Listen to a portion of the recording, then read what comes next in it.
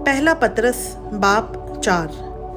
बस जबकि मसीह ने जिस्म के एतबार से दुख उठाया तो तुम भी ऐसा ही मिजाज इख्तियार करके हथियार बंद बनो, क्योंकि जिसने जिस्म के एतबार से दुख उठाया उसने गुनाह से फरागत पाई, ताकि आइंदा को अपनी बाकी जिस्मानी ज़िंदगी आदमियों की ख्वाहिशों के मुताबिक ना गुजारे बल्कि खुदा की मर्ज़ी के मुताबिक, इस वास्ते कि गैर कौमों की मर्ज़ी के मुआफिक काम करने और शहवत परस्ती, बुरी ख्वाहिशों, मैख्वारी, नाच रंग, नशबासी और मकरू बुत परस्ती में जिस कदर हमने पहले वक्त गुजारा वही बहुत है।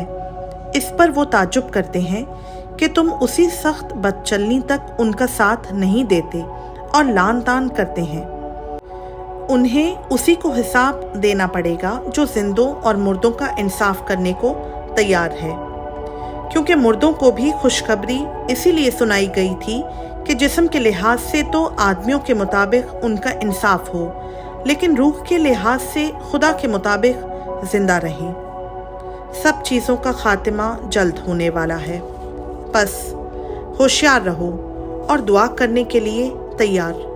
सबसे बढ़कर ये है कि आपस में बड़ी मोहब्बत रखो, क्योंकि मोहब्बत बहुत से गुनाहों पर पर्दा डाल देती है।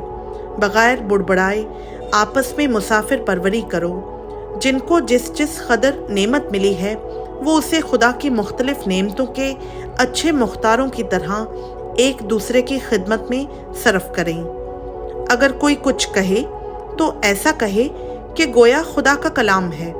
अगर कोई खिदमत करे तो उस ताकत के मुताबिक करे जो खुदा दे, ताकि सब बातों में यीशु मसीह के वसीला से खुदा का जलाल ज़ाहिर हो।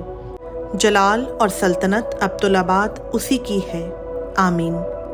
ऐ प्यारो, जो मुसीबत की आग तुम्हारी आजमाइश के लिए तुम में भड़की है, ये समझकर उससे ताज्जुब ना करो कि ये एक अनोखी बात हम पर वाक़ई हुई है, बल्कि मसीह के दुखों में जूं जूं शरीक हो खुशी करो, ताकि उसके जलाल के ज़हूर के वक्त भी निहायत खुश व खुर्रम हो।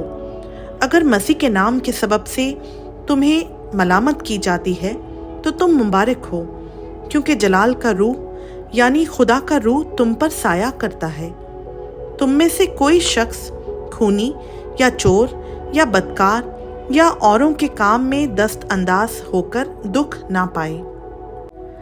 लेकिन अगर मसीही होने के बायस कोई शख्स दुख पाए तो शर्माए नहीं, बल्कि इस नाम के सबब से खुदा की तमजीद करे, क्योंकि वो वक्त आ पहुंचा है कि खुदा के घर से अदालत शुरू हो, और जब हम ही से शुरू होगी तो उनका क्या अंजाम होगा जो खुदा की खुशखबरी को नहीं मानते।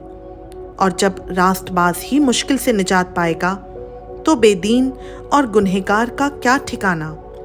बस जो खुदा की मर्जी के मुआफिक दुख पाते हैं वो नेकी करके अपनी जानों को वफादार खालिक के सुपुर्द करें।